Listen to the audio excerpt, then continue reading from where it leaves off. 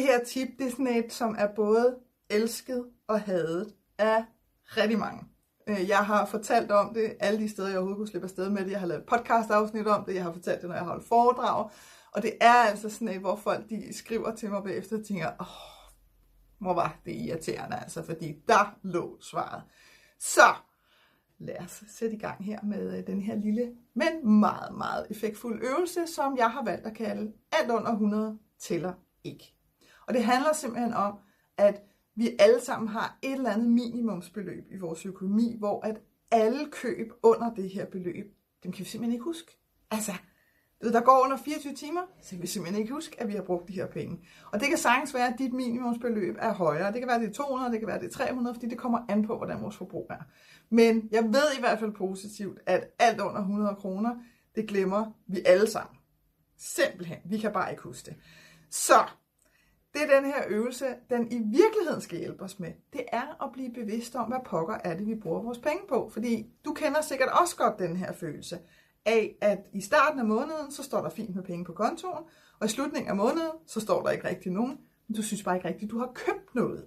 Så den her sådan følelse af, hvor de er blevet af, hvad der er sket med mine penge, den kommer vi til livs nu. Det kan jeg lige så godt sige.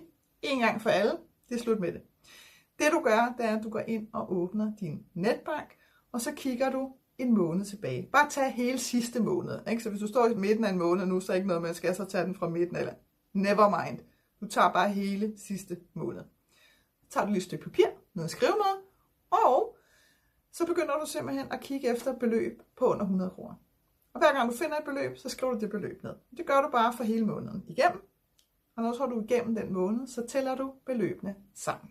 Og som sagt, hvis du føler, at dit minimumsbeløb måske er 200 eller 300, så er det bare de beløb, som du kigger efter. Her der vil du se, så kan der være sådan en, det der godt kan ske for os nemlig, og jeg ved det, så derfor så siger jeg det. Så kan vi have sådan en måned, hvor vi synes, men den var også den er heller ikke færdig den her måned, fordi der var lige noget ekstraordinært. Det er super cool, fordi min næste opfordring til dig, det er, at du lige gør det en 2-3 måneder yderligere tilbage. Så slipper vi ligesom for de der sådan udsving og dårlige forklaringer til os selv. Og jeg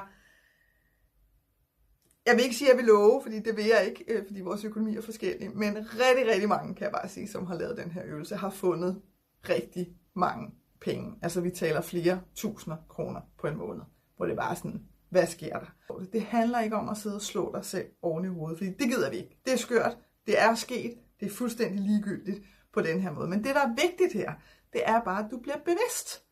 Så i stedet for, at du går og brager store mængder af dine penge faktisk af på ting, som ikke siger dig en fløjtende fis, så begynder du bare at blive mere bevidst om, hvad er det, jeg har lyst til at bruge mine penge på. Og så begynder du at sende penge i den retning i stedet for.